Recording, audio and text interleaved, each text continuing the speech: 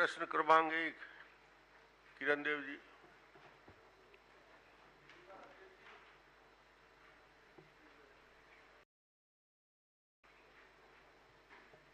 माननीय अध्यक्ष महोदय,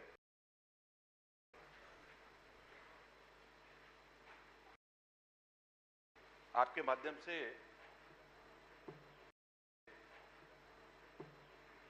आदरणीय उद्योग क्या क्या नियम निर्धारित है?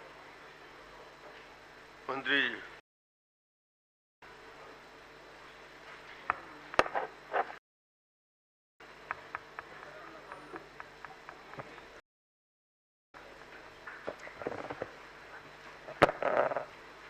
माननीय अध्यक्ष महोदय, बस्तर संभाग में 2022 से 2023 तक के अलग अलग जिलावार मैं जानकारी दे देता हूं। कांकेर में 2022 से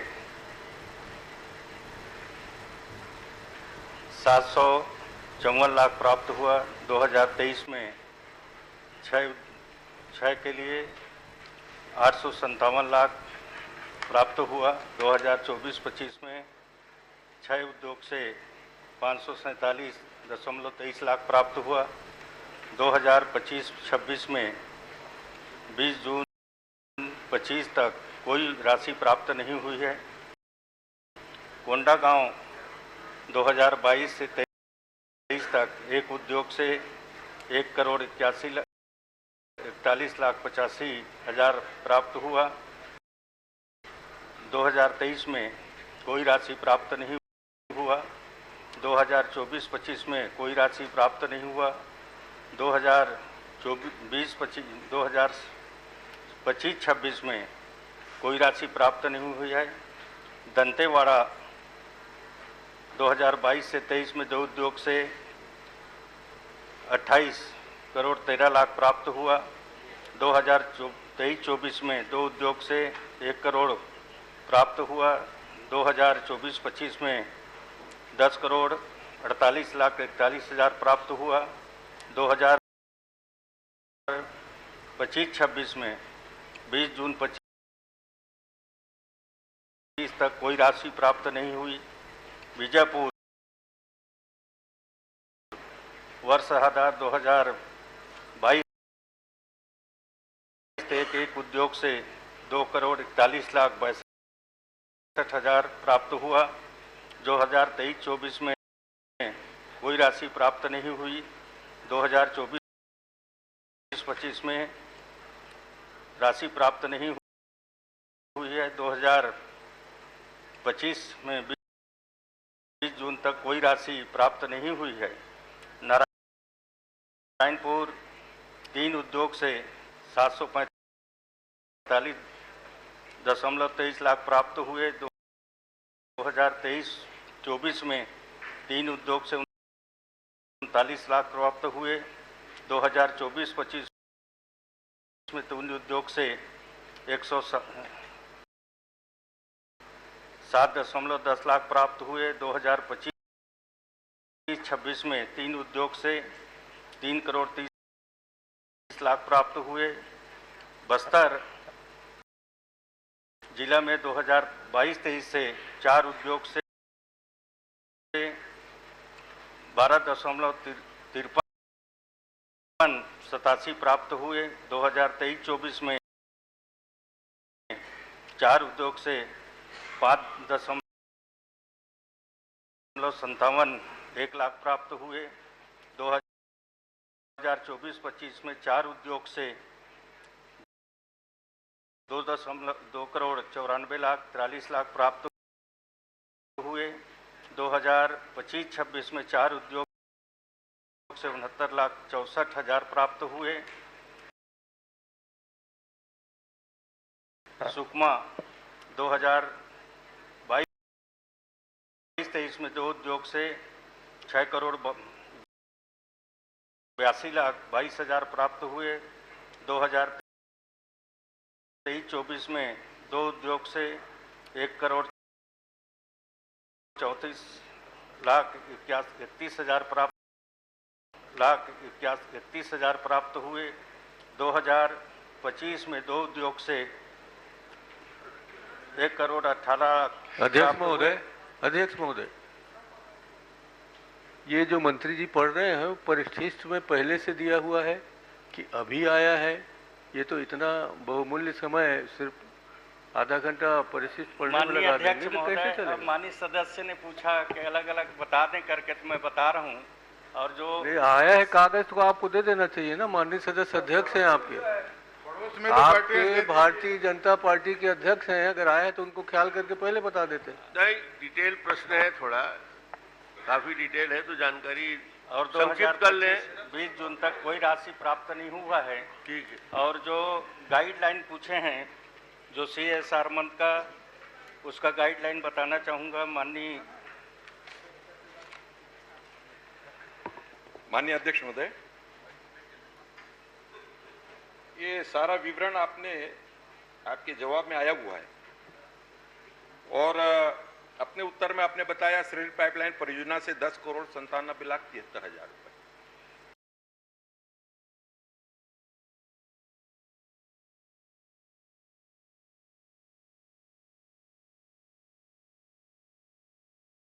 किरंदुल आयरन एवं माइन से 3,22,42,000 रुपए। नगरनार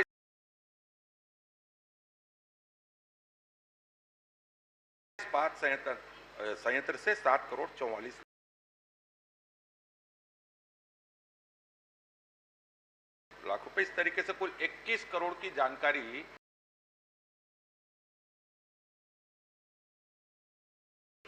और CSR मद से देने की बात हुई है। ये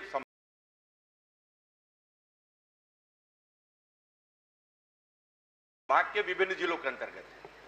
और जहां तक बस्तर जगदलपुर विधानसभा क्षेत्र स्पेसिफिक अगर बात करें तो कि नगरनार स्टील प्लांट ऐसा एशिया में पहला नंबर का सबसे बड़ा स्टील प्लांट, और जगदलपुर में 10,46,00,000 रुपए के कार्य स्लरी पाइपलाइन से और किरंदुल परियोजना के अंतर्गत स्वीकृत हुए हैं।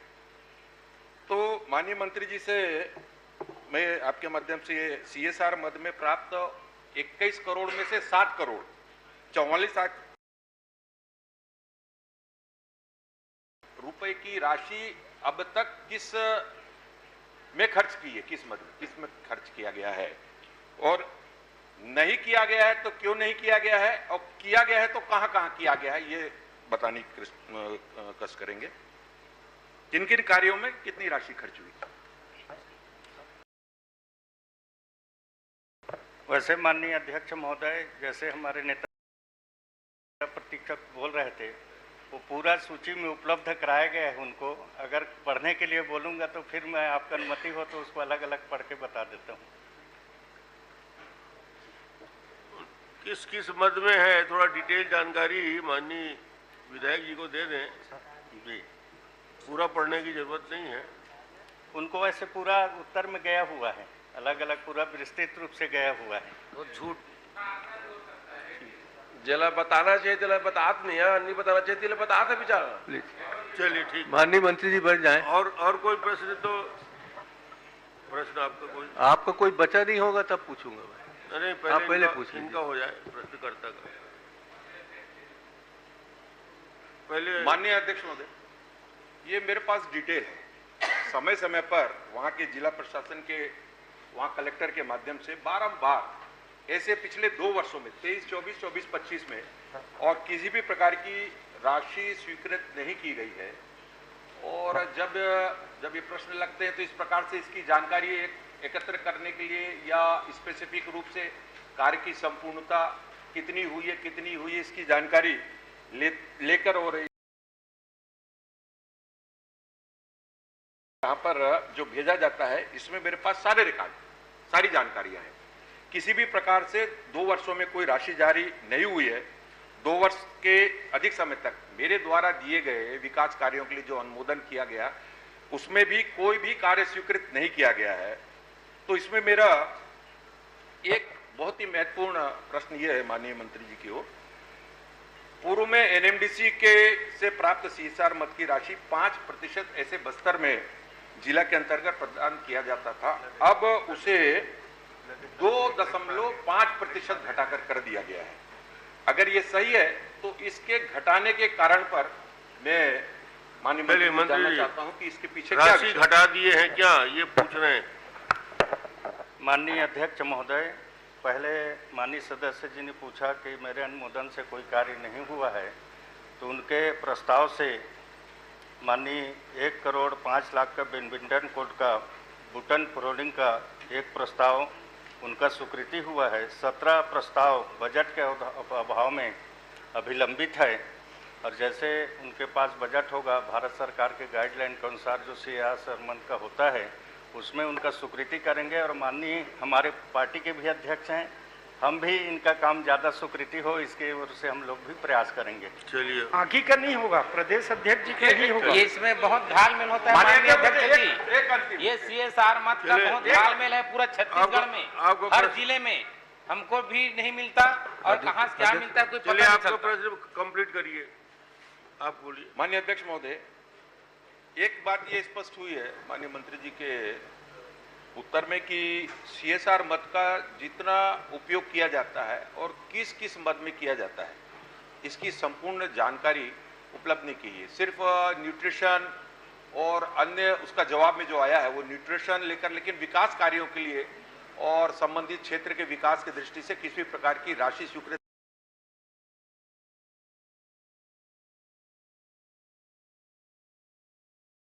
नहीं की है। इसके लिए अगर कोई निर्देश, प्रावधान या किसी प्रकार से आप माननीय मंत्री जी पूरे प्रावधान विधायक जी को तत्काल भिजवाए हैं, जो भी प्रावधान है। चलिए अगला। अध्यक्ष महोदय, बहुत हो गया। मेरे एक मिनट, नेताजी कुछ बोल रहे हैं। माननीय मंत्री जी,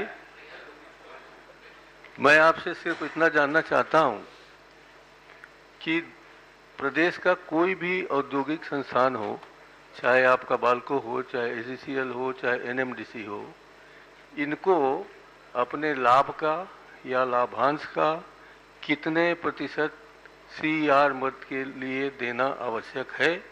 क्या वो सबके लिए सामान्य है या अलग अलग है? माननीय अध्यक्ष महोदय, CSR का जो भारत की सरकार की गाइडलाइन बनी है उनकी 3 साल के अनुपात में 2% उनको CSR फंड से आमदनी को उनको देने का प्रावधान है और उसके साथ दिया जाता है। अगर कहीं पर 3 वर्ष का अनुपात लेते हैं और 2% की राशि वो CSR मद में खर्चा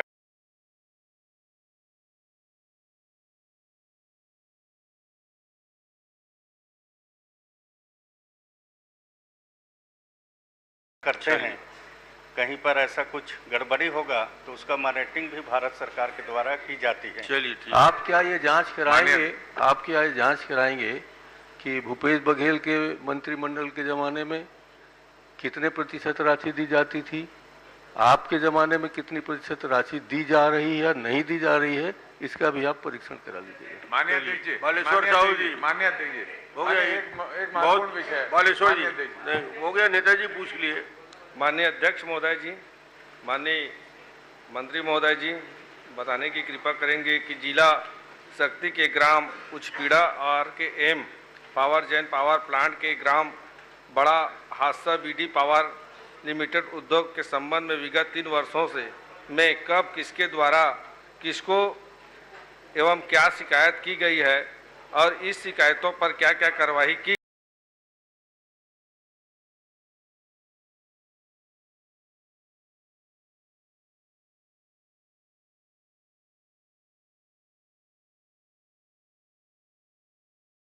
गई है, जांच किस किस अधिकारी द्वारा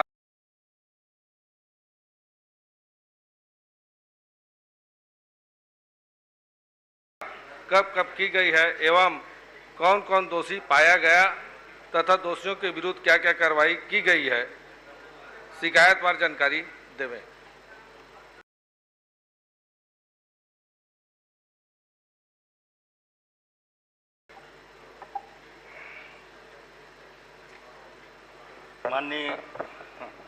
माननीय अध्यक्ष महोदय, मैं सर RKM पावर जैन 2022 में एक निरीक्षण प्रतिवेदन संतोषजनक पाया गया था। 2 निरीक्षण में 2023 में 2 निरीक्षण हुआ था, जिसमें एक में पालन प्रतिवेदन संतोषजनक था, एक में श्रम न्यायालय द्वारा 1 लाख रुपया का दंड आरोपित किया गया था।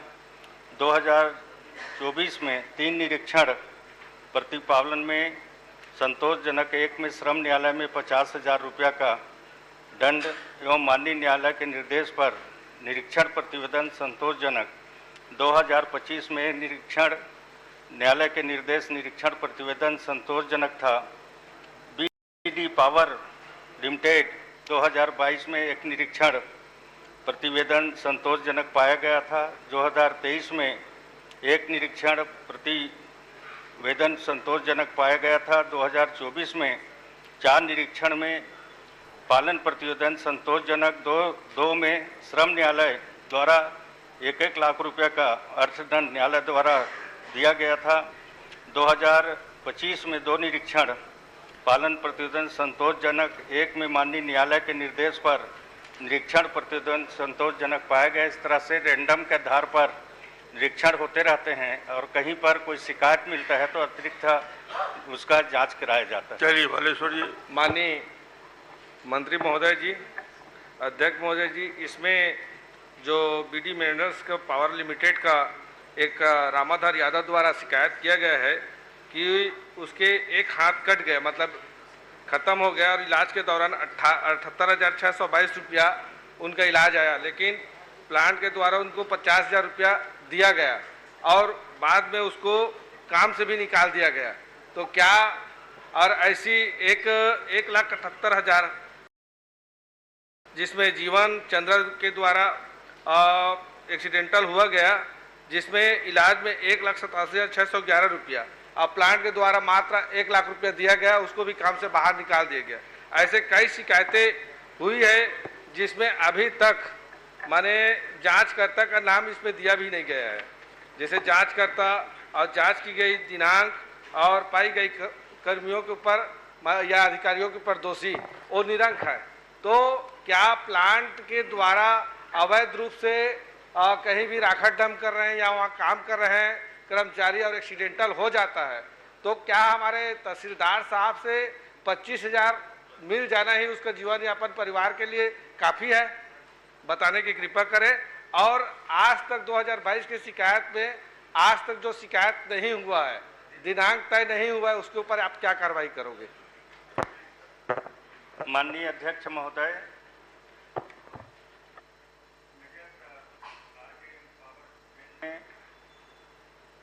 चार दुर्घटनाएं हुई थी, जिसमें जीवन चंद्रा को 9,31,720 रुपया इलाज हेतु दिया गया था एवं 3 माह का वेतन 1,27,611 रुपया कारखाना प्रबंधन के द्वारा दिया गया था। उसी तरह से परमानंद पटेल को 10,99,676 रुपया इलाज के लिए दिया गया था। देवेंद्र कुमार लाहरे जो उनको 2,27,962 रुपये इलाज के लिए दिया गया था। एएसआई के द्वारा उक्त तीनों कार्यों पर उपस्थिति हो गए हैं। इसके अतिरिक्त श्रम न्यायालय में भी ने 1 लाख रुपये का दंड कंपनी को आरोपित किया था और श्री रामाधार यादव जी हैं, उनको 78,662 रुपये ठेका कंपनी मेजर बिल काम ने इलाज हेतु दिया था। श्रम न्यायालय द्वारा 50 रुपया दंड कंपनी को आरोपित किया गया था। स्थायी अंग हुई है। एएसआई की बोर्ड के वास्तविक मुआवजा का निर्धारण अभी होना बाकी है। बोर्ड में उसका मुआवजा का निर्धारण होगा।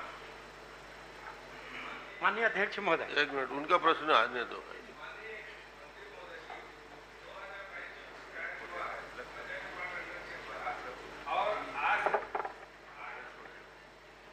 आज दिनांक तक जांच अधिकारी का टीम गठित नहीं हुआ है, जांच दिनांक गठित नहीं हुआ है। अब पाई गई माने शिकायतों में क्या जो शिकायत हो उसमें क्या दोषी है और क्या निराकरण करना है, तो लगभग 3 वर्ष हो गया है। आज दिनांक तक जांच कमेटी गठन क्यों नहीं किया गया है और नहीं होने के कारण आपके द्वारा क्या कार्रवाई होगा? इसका बोर्ड का एसआई बोर्ड के माध्यम से वास्तविक मुआवजा वगैरह का निर्धारण होगा। अगर आपको पर्टिकुलर कोई है तो आप लिख के दे दीजिएगा, निश्चित तौर पर। माननीय मंत्री महोदय जी, आपने जो दिया है 1 नंबर 2 नंबर 3 नंबर में अभी तक वो निरंक दिया गया है, किसी भी प्रकार के जांच अधिकारी का नाम नहीं है। और अभी जैसे आपके प्रदेश अध्यक्ष द्वारा CSR मद के बारे में भी क्वेश्चन उठाया गया, हम लोग भी चाहते हैं, हमारे क्षेत्र में काफी प्लांट है, लेकिन ये CSR मद वास्तविकता में होता कहाँ है खर्चा? भाई हमारे क्षेत्र में तो उसका जितना डस्ट मटेरियल है हमारे क्षेत्र में आ रहा है, और बड़ी बड़ी जिस रोड में छोटी गाड़ी चलनी चाहिए उस क्षेत्र पे बड़ा बड़ा हाईवा ट्रक चल रहा है, 18 चक्का 22 चक्का 24 चक्का 26 चक्का, आप क्या क्या चला रहे हो, तो क्या उसकी क्षमता के बराबर है? लगातार शिकायत करने के बाद आपने भाषण नहीं है, प्रश्न होता है। आपने प्रश्न बहुत अच्छा कर लिया अध्यक्ष महोदय जी, और मंत्री जी का भी करीब जवाब आ गया।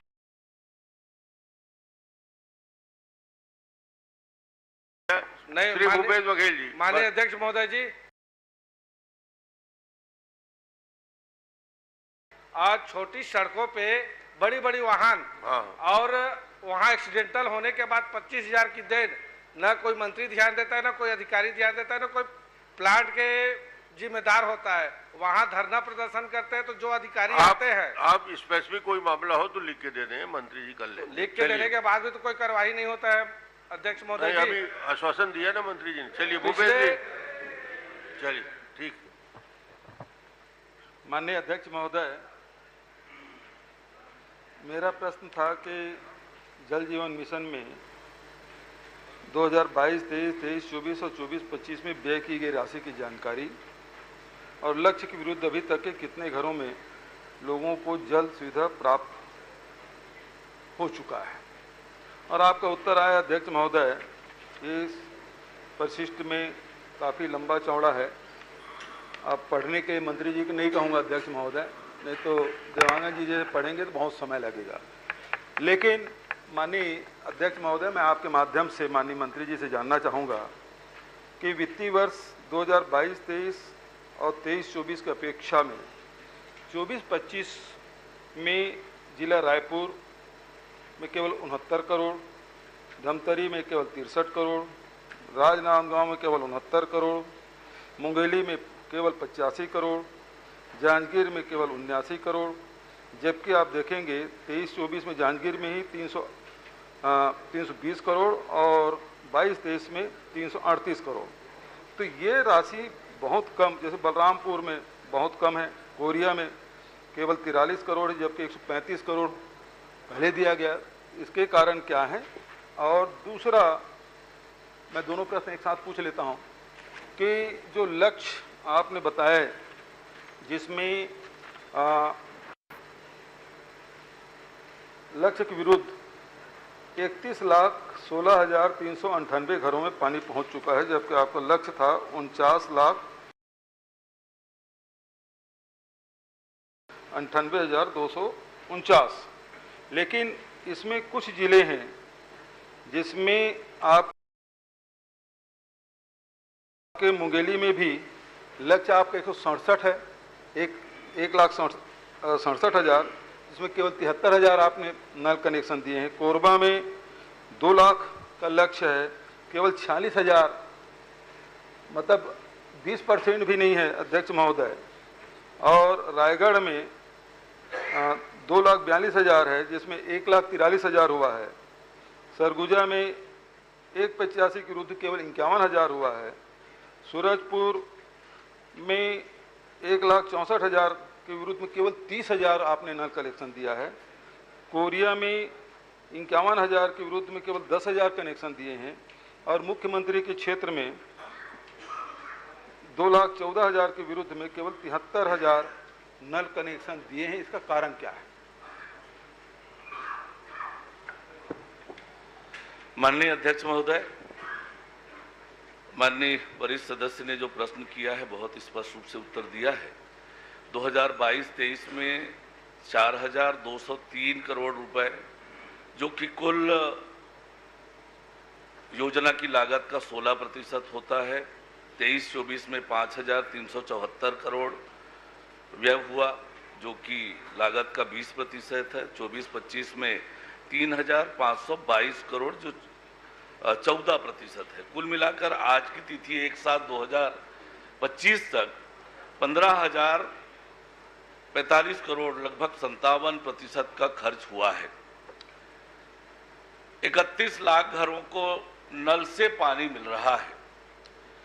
योजना को 2024 में पूरा होना था, योजना पूरी नहीं हुई। हमारी सरकार बनने के बाद लगातार हम इस योजना के काम को बढ़ाने का काम कर रहे हैं और हमारी सरकार बनने के बाद जो उपलब्धियां हैं, 12,316 अतिरिक्त नलकूप खोदकर लोगों को पानी पहुंचाने की दिशा में काम कर रहे हैं और आज की तिथि में 3,836 गांवों में पूरी तरह से नल से जल उपलब्ध कराया जा रहा है और कुल मिलाकर 29,000 लगभग जो योजनाएं हैं, उन योजनाओं में से 5,017 योजनाओं में पूरी तरह से पानी आ रहा है। माननीय सदस्य ने जो प्रश्न किया है, जो राशि की भुगतान है, काम का प्रोग्रेस है, वो एक बार में एक साल में नहीं होता है। आपने 2 साल विलंब से योजना प्रारंभ की, 1 साल बाद 2023 में ट्यूबवेल खनन का आपने आदेश किया। इन कारण से अलग अलग जिलों में अलग अलग परफॉर्मेंस हुआ है। वहां पर स्रोत की उपलब्धता, वहां पर काम की प्रगति और इसके कारण से ये वेरिएशन दिख रहा है।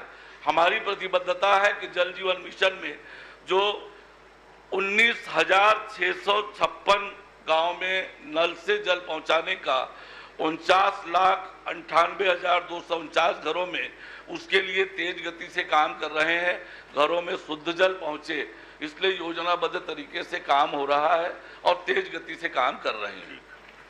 चलिए, माननीय अध्यक्ष महोदय, परिशिष्ट में जो जानकारी दी गई थी उससे उद्भूत जो प्रश्न थे वो मैंने किए, लेकिन उन्होंने फिर व्यापक उत्तर दे दिया। मैं तो जिलेवार पूछा, जिले का उल्लेख किया कि इन जिलों में अमुक अमुक जिले में आपकी राशि व्यय कम क्यों हुई।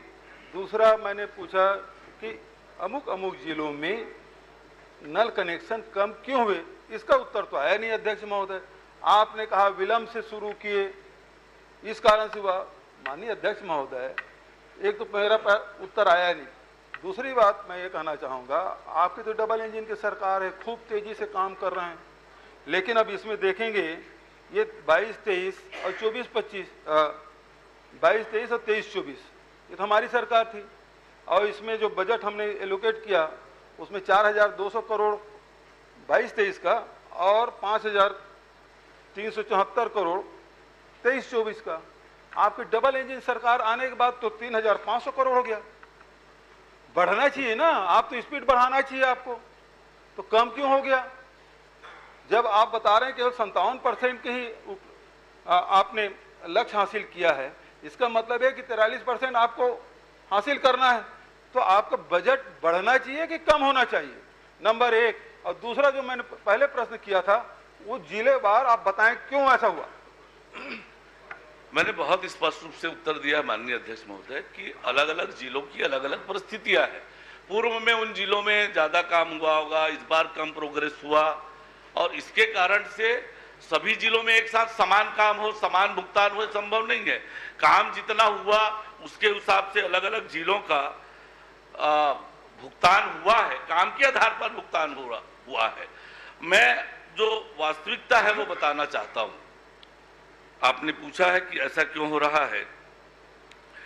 प्रारंभ में जो भारत सरकार का इमिस पोर्टल है जिसपे नल के कनेक्शन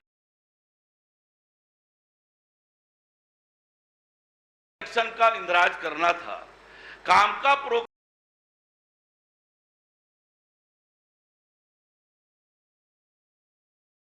दिखाने के लिए दिसंबर 2023 तक 36 लाख परिवारों में नल का कनेक्शन दिखाया। उन घरों में पानी आ रहा है नहीं आ रहा है इसका कोई वेरिफिकेशन नहीं। आंकड़े दिखाने के लिए 36 लाख इंदराज दिखाए गए। जून 2024 में जब हमने उसका वेरिफिकेशन किया तो पाया कि केवल 21 लाख घरों में, परिवारों में पानी जा रहा है। 15 लाख घरों में केवल कनेक्शन कर दिया, पोस्ट खड़ा कर दिया, टोटी लगा दी, पानी नहीं आ रहा है। क्योंकि आपने गलती की, 2 साल बाद में ट्यूबवेल खनन सोर्स बना रहे हैं, 2 साल बाद, और इसलिए ये परिस्थितियां बनी है। आज हम जब काम कर रहे हैं तो जब नल आजब में पानी आ जा रहा है तब उसका इंतजार कर रहे हैं।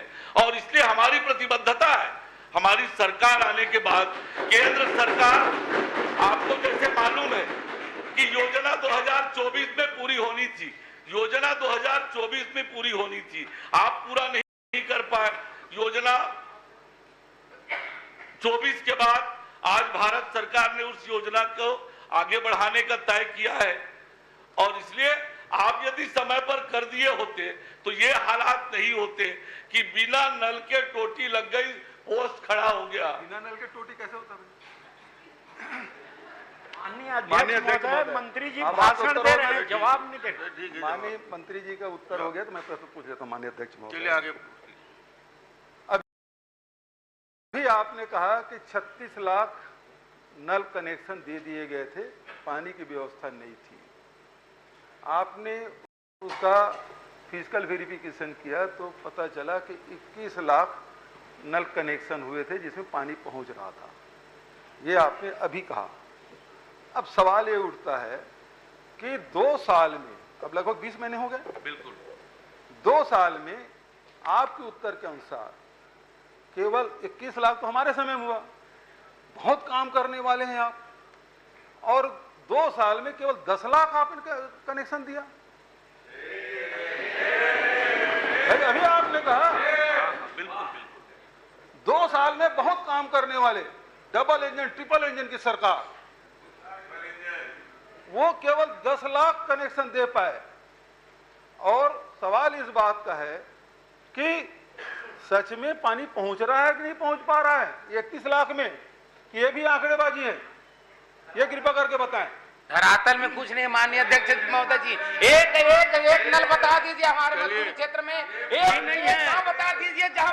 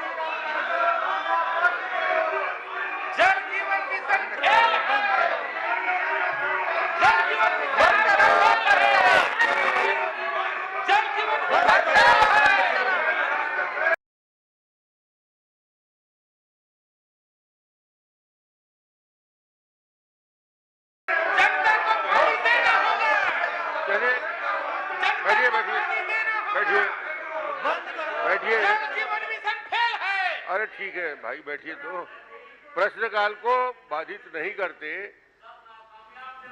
भूपेश जी अपना प्रश्न किए हैं और वो सक्षम है अपनी बात को कहने में, ऐसे हल्ला करने की जरूरत नहीं रहती उसमें। उन्होंने पूरा प्रश्न किया और जवाब भी काफी स्पष्ट आ गया, इसलिए इस प्रश्न को आगे बढ़ाया जाए।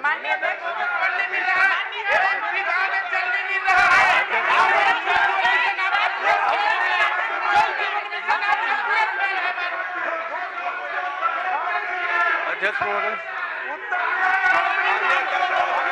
अध्यक्ष महोदय,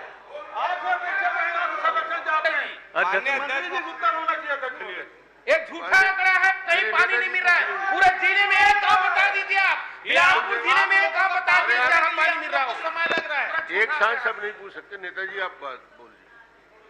मैं समझता हूं माननीय मंत्री जी बड़े बड़े संख्या में उत्तर देते हुए थोड़ा सा हिचकिचा रहे हैं या थोड़ा समझ नहीं पा रहे हैं। मैं सामान्य रूप से पूछ रहा हूँ, आपके जो ट्रिपल इंजन की सरकार है, जनवरी 2024 से अब तक 20 माह के कार्यकाल में, ट्रिपल इंजन नहीं है, 4 इंजन हो गई है। चलो 4 इंजन की सरकार है, चारों इंजन फेल है ना आज की डेट में। आपके चार मंत्री जी को प्रश्न सुनने दीजिए। आपके 4 इंजन की सरकार ने 20 माह के कार्यकाल में जल जीवन मिशन का 7% कार्य किया है, ये आपका उत्तर है, ठीक है। और हमने हमारे सरकार ने दिसंबर 23 तक 83.85% का काम किया है। तो आप बताइए हमारी सरकार ने ज़्यादा काम किया है कि आपके 20 महीने की सरकार ने काम किया है? और जब हम ज़्यादा काम कर रहे हैं उसके बावजूद भी आप ये बताना चाहते हैं कि हमने कुछ काम नहीं किया, लेट किया, ऐसा किया, वैसा किया, और 7% काम करके आप वाही लूटना चाहते हैं। कितने क्या चार है 4 इंजन क्या है नेताजी, आपकी तो मजबूरी है हमारी सरकार कहना। क्यों नहीं कहोगे तो चलेगा नहीं। हम तो देखते अब थे हम वहाँ बैठे हो तो हम नहीं हम देखते थे आपकी सरकार कितनी थी उसको। वो तो दिख रहा है ना कि हमारी सरकार थी, कांग्रेस की सरकार चली गई। देख तो कैसे मैं तो यही कह रहा हूँ कि आपने कुल 80% का काम बताया है, 80.95, उसमें 74.85 हमने किया है, कांग्रेस सरकार ने किया है, भूपेश बघेल की सरकार ने किया है, 7% आप किए हैं। तो किस बात की वाहवाही लेना चाहते हैं? दोनों वरिष्ठ माननीय सदस्यों के प्रश्नों का उत्तर दे रहा हूं। माननीय भूपेश बघेल जी ने जो प्रश्न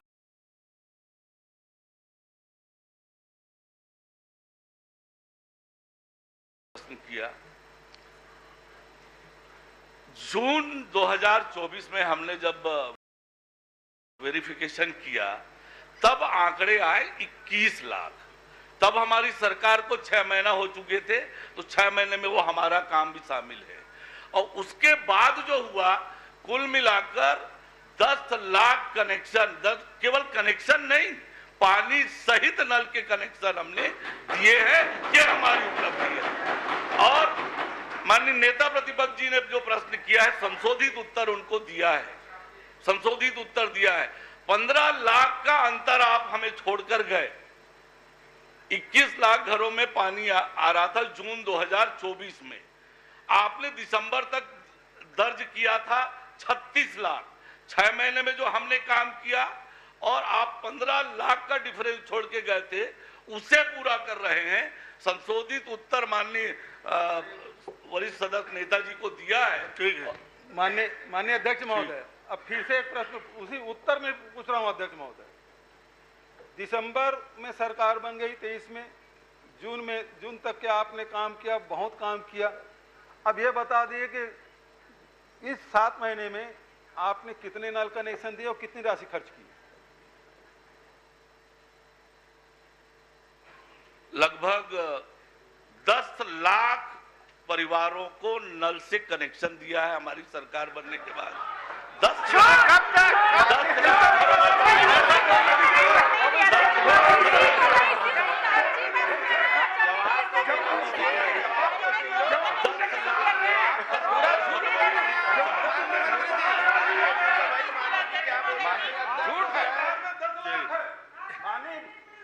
अध्यक्ष महोदय, उप मुख्यमंत्री जी जवाब नहीं दे पा रहे हैं।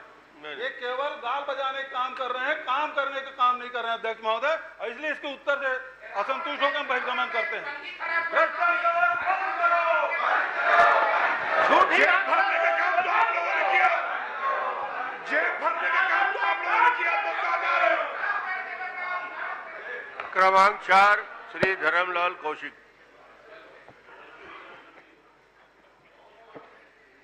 माननीय अध्यक्ष महोदय, आपके माध्यम से माननीय उप मुख्यमंत्री जी से मैं पूछना चाहता हूं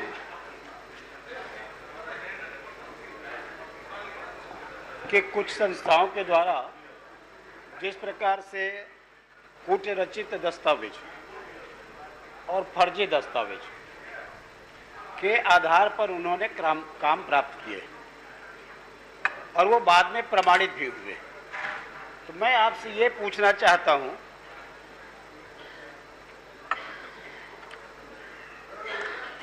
कि जिस प्रकार से एक अधिकारी के द्वारा कूटरचित दस्तावेज के आधार पर अपराध किया जाता है और उनके खिलाफ में एफआईआर दर्ज किया जाता है, तो क्या उसी प्रकार से फर्जी दस्तावेज या कूटरचित दस्तावेज कर काम प्राप्त करने वाले जिस प्रकार से अपराध किए हैं उनके खिलाफ भी उसी प्रकार से कार्रवाई करेंगे क्या?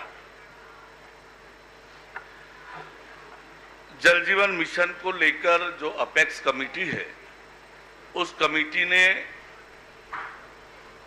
जो फर्म है उसने फौज एक्सपीरियंस सर्टिफिकेट के आधार पर मल्टी विलेज स्कीम का टेंडर प्राप्त किया, उसके खिलाफ एफआईआर करने की अनुशंसा की और बाकी के जो अनुबंध थे कुल मिला के 12 अनुबंध उन सबको निरस्त करने का अनुशंसा किया और उस आधार पर हमने कार्यवाही की। 12 अनुबंध निरस्त किए और जो मुख्य एजेंसी थी उसके खिलाफ एफआईआर दर्ज किया है। ब्लैक लिस्टिंग के लिए शोकॉज नोटिस दिया और जो अपेक्स कमेटी के रिकमेंडेशन थे उसके खिलाफ सभी 7 फर्मों ने उच्च न्यायालय में याचिका दायर की और जो ब्लैक लिस्टिंग के लिए नोटिस था 3/9/2024 का और 17/2/2025 का जो रिकमेंडेशन था अपेक्स कमेटी का, दोनों को माननीय उच्च न्यायालय ने सेटिसाइड किया और मुख्य सचिव को उस पर विचार करके निर्णय करने के लिए कहा है और अब सरकार ने तय किया है उसके खिलाफ अपील करने का, तो वो प्रक्रियाधीन है। अधिकारियों की संलिप्तता के संबंध में कोई रिपोर्ट नहीं आई है, इसलिए कोई कार्रवाई नहीं किया है और यदि ऐसी रिपोर्ट आती तो निश्चित रूप से यदि 6 एग्जीक्यूटिव इंजीनियर को सस्पेंड किया है, 4 के खिलाफ नोटिस दिया है, डिपार्टमेंटल इंक्वायरी चल रही है, तो किसी भी अधिकारी को बख्शने का कोई सवाल ही नहीं है जिसकी जिम्मेदारी कोई हो। नहीं, अधिकारी के संदर्भ में मैंने नहीं पूछा, मैं तो ये पूछा कि जैसे इन्होंने फर्जी दस्तावेज के आधार पर काम प्राप्त किया और अपराध किया, शासकीय अधिकारी यदि उसी आधार पर कोई दस्तावेज प्रस्तुत करे तो उनके खिलाफ में एफआईआर की जाती है, इनके खिलाफ में एफआईआर क्यों नहीं की गई है? जब इसको प्रमाणित पाया गया है और उच्च स्तरीय जो जांच कमेटी है उसमें केवल आपने एक के खिलाफ में किया है, बाकी के खिलाफ में आपने नहीं किया है। तो बाकी के खिलाफ में नहीं किया है तो आपने जो कोर्ट का हवाला दिया कि हाई कोर्ट में जो मामला पेंडिंग है, तो हाई कोर्ट के जो मामला पेंडिंग है वो जो लंबित मामले हैं उसके निराकरण आपके अनुसार से अभी निराकरण नहीं हुआ है, लेकिन अधिकारियों को दिशा निर्देश हाई कोर्ट के द्वारा प्राप्त हुआ है, तो इसमें आपने कहा है कि किया जा रहा है उसको, तो कब तक किया जाएगा, मैं ये पूछ रहा हूँ आपसे।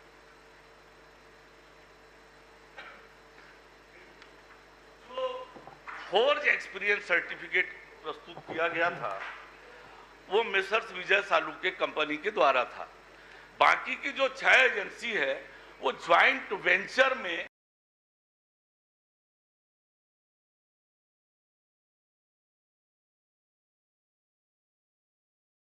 उन्होंने 12 एग्रीमेंट किए थे। तो जिस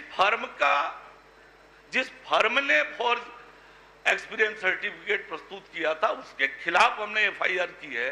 बाकी लोगों का ज्वाइंट वेंचर में जो टेंडर हुआ था उन सबके अनुबंध निरस्त किए हैं और हम उनकी ब्लैक लिस्टिंग भी कर रहे थे और ब्लैक लिस्टिंग के लिए शोकॉज नोटिस दिया था, माननीय उच्च न्यायालय ने उससे क्वेश्चन किया, अब उस पर अपील करने की हमारी प्रक्रिया चल रही है।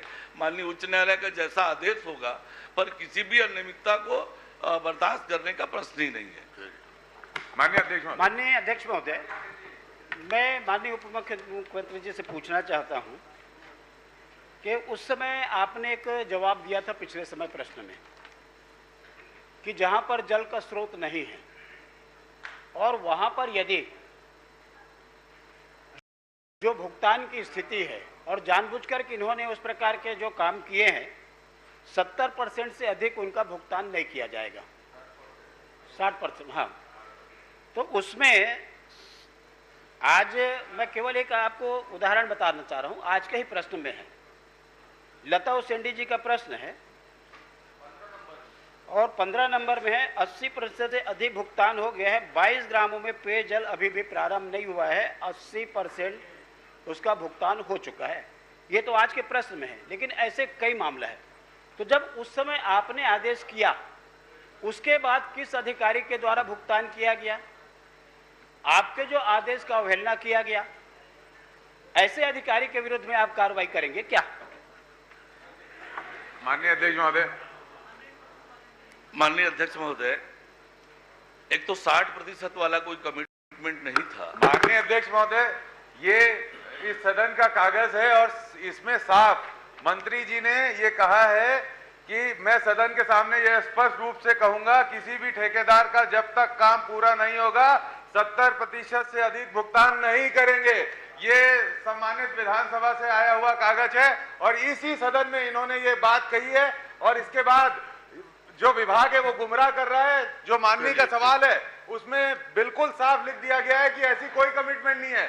जबकि इनके वक्तव्य है ये विधानसभा के, ये आपके वक्तव्य है माननीय मंत्री जी, दोनों मेरे नहीं है। अध्यक्ष महोदय, इस पेपर पर जांच होनी चाहिए और मंत्री जी जो करना चाहता हूं दोनों की जांच होनी चाहिए। कौन सी बात कह रहे हैं? या पटल पे रखा ये कागज सही है, ये आप स्पष्ट करें। माननीय अध्यक्ष महोदय, ये ऐसे जनता को गुमराह कर रहे हैं पूरी तरह। इसमें विभाग भी मिला और मंत्री जी भी मिले। आप बैठिए, बात तो सुनिए। मैं पटल पे रखना चाहता हूँ इस कागज को। आप पहले बात सुनिए। सदन का रिकॉर्ड है उसी को सदन में प्रस्तुत करना चाहते हैं। मैंने कहा कि 60% वाली बात नहीं थी, मैंने ये नहीं कहा कि 70% वाली बात नहीं थी। 70% वाली बात। माननीय अध्यक्ष जी, मैं ये पूछना चाहता हूं तो विभाग इसमें इस प्रश्न में तो 70% से ये कह दिया है कि इसमें कार्रवाई करेंगे क्या? जब सम्मानित कौशिक जी ये पूछ रहे हैं कि ऐसा कोई कमिटमेंट है तो इस पे विभाग ये जवाब देता है ऐसा कोई कमिटमेंट नहीं है। ये तो कह रहे हैं, चिल्ला रहे हैं। माननीय क्या क्यों खड़े हैं आप? हम अपनी बात रख रहे हैं, क्यों नहीं कहेंगे? आप जब खड़े होते तो आप कैसे खड़े हो? आप कैसे खड़े हो? आप कैसे खड़े हो? आप कैसे खड़े हो सकते हो? देखिए, जनता की बातें करेंगे। आप यहाँ विभाग को क्या कर रहा है? बैठिए, हम बोले नहीं। आप बैठिए, देखिए, आप बैठिए, बैठिए। ये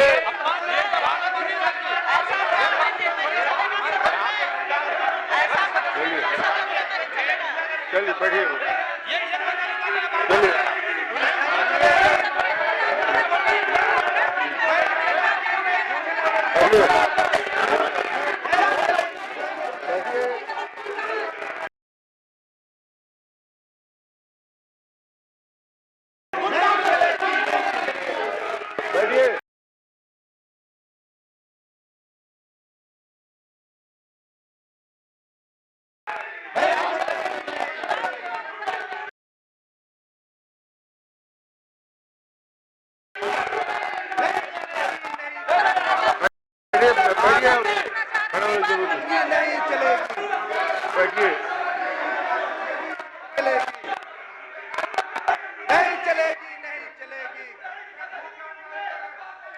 आप बैठिए।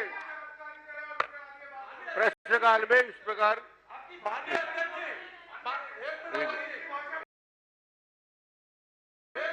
एक मिनट बैठिए, बैठिए, बैठिए। आपसे आग्रह है, सम्माननीय सदस्य, एक मिनट बोलने का समय दूंगा।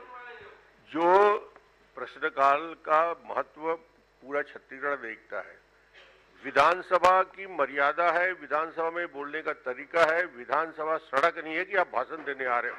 इसलिए मेरा सभी सदस्यों से आग्रह, आप तो दूसरी बार जीत के यहाँ सीनियर है, तो सभी सदस्यों से आग्रह है कि विधानसभा की मर्यादा पूरा छत्तीसगढ़, पूरा देश देख रहा है और इस प्रकार के लहजे में यदि बातचीत विधानसभा में होगी तो ये सड़क। इसलिए मैं सबसे आग्रह करूंगा कि जो भी विषय है अपनी बात को रखें, मगर उसमें इस बात का ध्यान रखें कि सीधे सदस्य आपस में बात ना करें।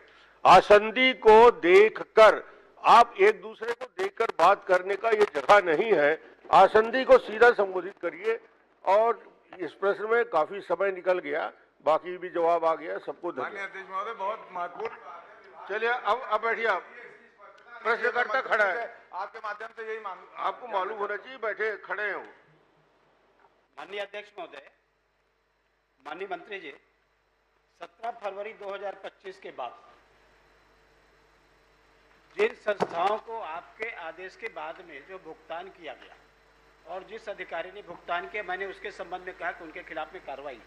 दूसरी बात यह है कि उस समय 13 कंपनी का नाम आया था, उच्च स्तरीय पावर कमेटी ने केवल 7 का अनुशंसा किया, लेकिन जो 6 है, Anand consultant Patna Bihar, messrs Bansal infrastructure Raipur, K Nair Bhandara Maharashtra, NIT developers Patna Bihar, PM enterprises Bilaspur, OFA कंटल जैसे रायपुर, इनके खिलाफ में जो अनुशंसा नहीं आई और उसके कारण में इनके खिलाफ में आपने कोई कार्रवाई की आज घोषणा नहीं की है, या जो आपका जवाब आया है उसमें नहीं है। मैं आपसे ये पूछना चाहता हूं कि जब उस 13 में से सेम प्रकरण में दोषी पाया गया, इनके खिलाफ भी ये पाया गया कि फर्जी दस्तावेज के आधार पर इन्होंने काम प्राप्त किया, तो केवल उन्होंने अनुशंसा नहीं किया इसलिए उसके खिलाफ में कोई कार्रवाई आप नहीं करेंगे। तो मैं आपसे आग्रह करना चाहता हूं कि यदि सेम मामला है, जिस प्रकार से उस कंपनी ने काम प्राप्त किया फर्जी दस्तावेज के आधार पर, कूटरचित दस्तावेज का, ये नाम सभी का उसमें है, तो इनके खिलाफ कार्रवाई करने का, और दूसरा जो अधिकारी ने जो पेमेंट किया, आदेश का जो अवहेलना किया, इन दोनों में आप क्या कार्रवाई करने वाले हैं और कब करेंगे? माननीय अध्यक्ष महोदय, 24/3/2025 को संचालक जनजीवन मिशन ने एक आदेश सभी जिला जल स्वच्छता मिशन के अध्यक्ष और सचिव, इन सबको पत्र लिखा और पत्र में ये स्पष्ट रूप से निर्देशित किया कि एकल ग्राम योजना अंतर्गत उन कार्यों में देयकों जिसमें आवश्यक सफल स्रोत उपलब्ध हो चुका है एवं पानी टंकी एवं अन्य कार्यों की पूर्णता निकट भविष्य में हो जाएगी एवं योजना से पेयजल प्रारंभ कर दिया जाएगा, ऐसी योजनाओं में कार्य का 70% की राशि से अधिक का भुगतान न करें। इस निर्देश का किसी ने अवहेलना करके भुगतान किया है तो निश्चित रूप से उस पर कार्यवाही करेंगे, जांच करने के उपरांत। श्री अनुज शर्मा हो गया। माननीय अध्यक्ष महोदय, ये प्रश्न बहुत, अनुज जी बोलिए। माननीय अध्यक्ष महोदय, औद्योगिक क्षेत्र है सिलतरा और मेरे विधानसभा क्षेत्र में लगातार घटनाएं होते रहती हैं, इसलिए अलग अलग विभाग समय समय पर अलग अलग जांच करते हैं। इसी से संबंधित मेरा सवाल माननीय उद्योग मंत्री जी से था।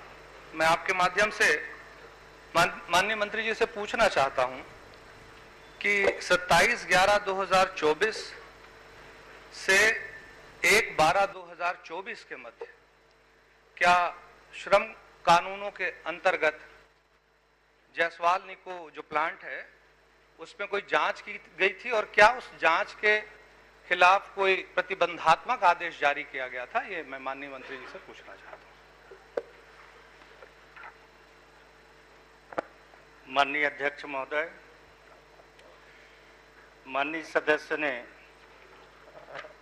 जो प्रश्न पूछे हैं श्रम कल्याण अधिनियम के अंतर्गत, वैसे वो प्रश्न लगाने में थोड़ा मेरे को लगता है चूक गए। जो प्रश्न लगाए हैं उस अधिनियम के तहत कोई भी प्रात्यक्षिक कार्रवाई नहीं की जा सकती और उनको उत्तर दे दिया गया है। अगर वो और भी चाहते हैं कि क्या क्या जांच हुआ है तो मैं उनको दे दूंगा, क्योंकि उन्होंने एक श्रम कल्याण निधि के बारे में पूछा है और उसमें इस टाइप का कोई भी कानून का प्रावधान नहीं है। जो उनका एक प्रावधान था उसका जांच में संतोषप्रद पाया गया है और भी जांच हुआ है, उनका कहना सत्य है। बाकी उन्होंने अभी चूक गया प्रश्न लगाने के लिए, उनको मैं व्यक्तिगत बता देंगे, मैं जानकारी दे दूंगा। मैं माननीय अध्यक्ष जी, मैंने जानकारी दे देंगे पूरी उनको। किसी भी श्रम कानून में पूछा था। मैं माननीय अध्यक्ष जी इस पे मैंने एक और सवाल लगाया, उसका आज जवाब आया है।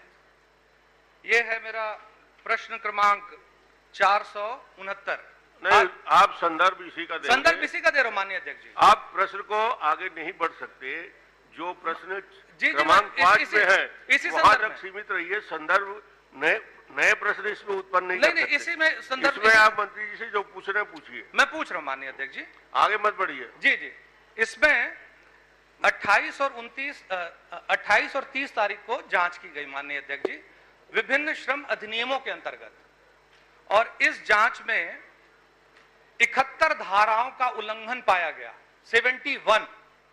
इसमें कारखाना अधिनियम 1948 के 43 धाराएं, न्यूनतम वेतन अधिनियम 1948 के तहत 8 धाराएं, संविदा श्रमिक अधिनियम 1970 के तहत 5 धाराएं, बोनस भुगतान अधिनियम 1965 के अंतर्गत 3 धाराएं, वेतन भुगतान अधिनियम 1936 के तहत 3 धाराएं, समान पारिश्रमिक अधिनियम 1976 के अंतर्गत 2 धाराएं, उपादान भुगतान अधिनियम 1972 के अंतर्गत 5 धाराएं, श्रम कल्याण निधि अधिनियम 1982 के तहत 2 धाराओं का उल्लंघन पाया गया।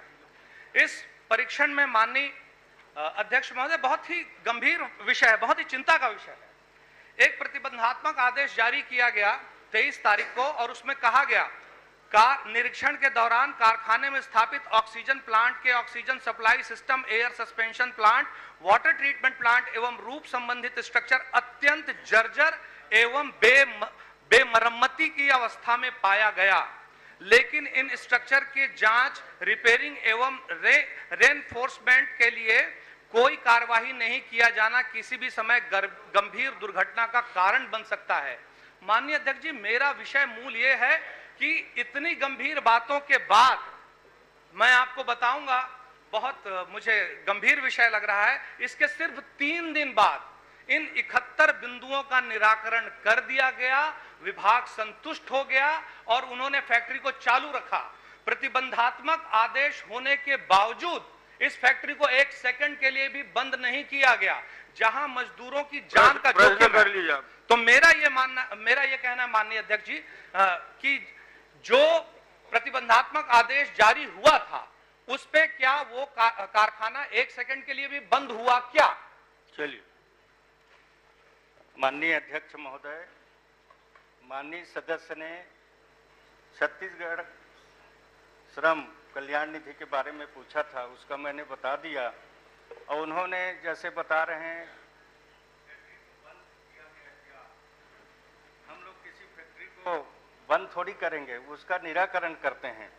और उसमें जांच जो हुआ तो उसमें इस प्रकार का 10 अधिनियम के अंतर्गत निरीक्षण किया गया, जिसमें 4 अधिनियम के अंतर्गत प्रबंधन के विरुद्ध 4 अभियोजन प्रकरण दायर किया गया है।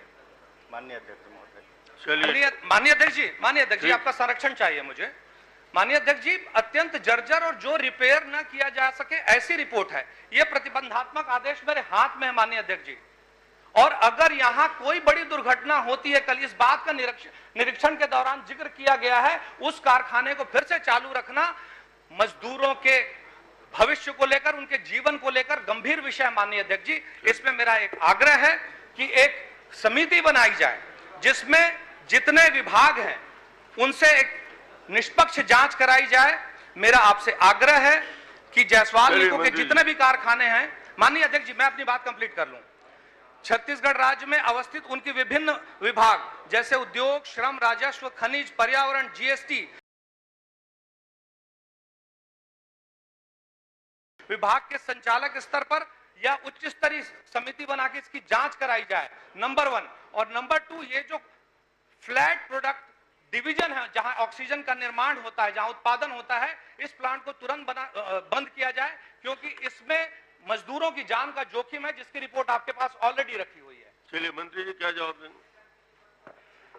माननीय अध्यक्ष महोदय, हम लोग पूरा श्रमिक के हितों में काम करते हैं, और कहीं पर इस तरह से शिकायत होती है उसका जांच भी कराते हैं, और किसी भी फैक्ट्री में कोई गड़बड़ी पाया जाता है तो उसको सुधार करने के लिए समय दिया जाता है, समय सीमा पर सुधार कर लेते हैं तो उनको पर कोई कार्रवाई नहीं होती। माननीय अध्यक्ष, जो रिपेयर नहीं किया जा सकता 3 दिन में कैसे हो सकता है? वो सुधार करते हैं। माननीय अध्यक्ष जी देखिए, ये जवाब आदेश है, मंत्री जी जवाब दे रहे हैं, सुन लीजिए। श्रम कानून के अंतर्गत उनके ऊपर कार्रवाई की जाती है, और माननीय सदस्य को लगता है कि बहुत बड़ा गंभीर मामला है, तो क्या क्या गंभीर है वो लिख के दे दे, निश्चित तौर पर कराएंगे। चलिए ठीक, जांच कर। माननीय मैं बस इतना निवेदन है माननीय अध्यक्ष जी, इतना निवेदन, वो जांच की आदेश की एक बार घोषणा कर दें। हाँ, हमारे सामने जांच करवाएंगे क्या? पूछिए ना माननीय अध्यक्ष जी। 2048 माननीय अध्यक्ष जी, एक बार मंत्री जी से मेरा आग्रह है, एक सेकंड के लिए कम मजदूरों की जान का सवाल है माननीय अध्यक्ष जी। एक सेकंड हो गया प्रिया जवाब, माननीय अध्यक्ष जी। जवाब आ गया, बैठिए। अब जब पिछले प्रश्न में व्यवधान के मध्य माननीय सदस्यों ने जो असंसदीय वार्तालाप हुआ है उसे मैं कार्यवाही से विलोपित करता हूं। कृपया सदस्यों से अनुरोध है आपस में सीधे संवाद ना करें और संसदीय मर्यादा का पालन करते हुए विधानसभा की गरिमा को बढ़ाने में आप करें। रजत जयंती वर्ष में पूरे हिंदुस्तान में हम उदाहरण देते हैं, इसलिए उदाहरण प्रस्तुत करें, नया उदाहरण देने की जरूरत नहीं। राम कुमार जी। माननीय अध्यक्ष जी, मैं माननीय उद्योग मंत्री से पूछे रहे कि चंद्रपुर विधानसभा में और आसपास में बहुत सारा फैक्ट्री है, विशेष करके मैं आरकेएम कंपनी के मैं उल्लेखित करे रहे कि वहां पर कुशल और अकुशल वहां पर कत्तागन कर्मचारी है।